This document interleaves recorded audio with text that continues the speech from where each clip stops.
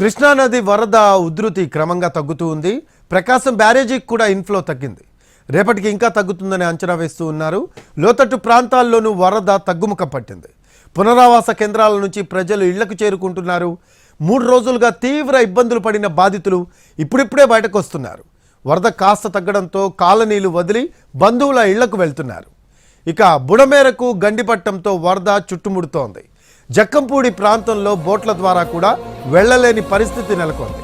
గుంటూరు జిల్లాలో కృష్ణా నది తీరంలో లంక గ్రామాలను వరద నీరు చుట్టుముట్టింది. దీంతో అక్కడ ఉంటున్న వాళ్లను పునరావాస కేంద్రాలకు తరలించారు అధికారులు.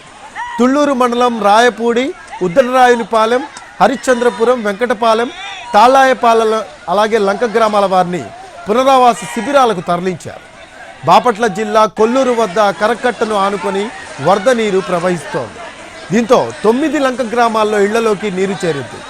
బోట్ల సహాయంతో లంక గ్రామాల్లో ఎన్డీఆర్ఎఫ్ సిబ్బంది సహాయక చర్యలు చేపట్టారు. భారీ వర్షాలు వరదలకు ఏపీ వ్యాప్తంగా 19 మంది ప్రాణాలు కోల్పోయారు. 138 పశువులు మృతి చెందగా వందలాది పశువులు వరదల్లో కొట్టుకుపోయాయి. 2000 కిలోమీటర్ల మేర రోడ్లు డ్యామేజ్ అయ్యాయి. 25 రహదారులకు గండ్లు పడ్డాయి.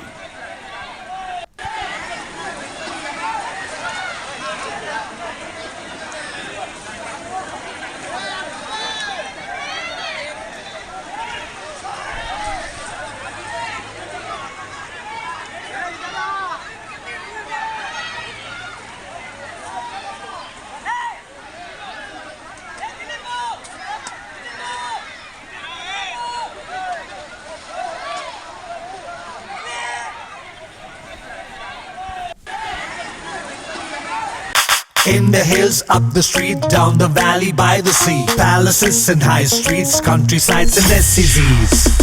We've been here, we've been there, Vekas been just everywhere. విజయవాడలోని వరద ముంపు ప్రాంతాల్లో బాధితుల కష్టాలు వర్ణనాతీతంగా ఉన్నాయి. పీకల్లోతున వరద చేరడంతో చిన్న పిల్లలతో నానా తిప్పలు పడుతున్నారు. పసిపిల్లలను తొట్టెలో పెట్టుకొని సురక్షిత ప్రాంతాలకు తరలిస్తూ ఉన్నారు. పడవలు, బోట్లు కూడా ఆ ప్రాంతంలో కనిపించడం లేదు.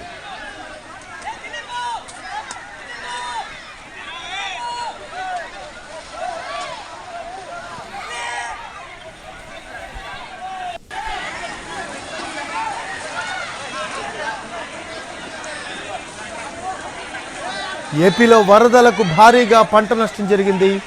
4,50,610 ఎకరాల్లో పంటలకు నష్టం వాటిల్లింది. 37,772 ఎకరాల ఉద్యాన పంటలు నీట మునిగాయి. ఎక్కడికక్కడ రోడ్లు కోతకు గురయ్యాయి. పంట పొలాలు నీట మునిగిపోయాయి. ప్రతిపాడు నియోజకవర్గం కాకుమాను గ్రామంలో 10,000 ఎకరాల్లో పంట నీట మునిగినట్లు చెబుతున్నారు అధికారులు. అత్యధికంగా పత్తి, వరి పంట పొలాలు నీట మునిగినట్లు చెబుతున్నారు.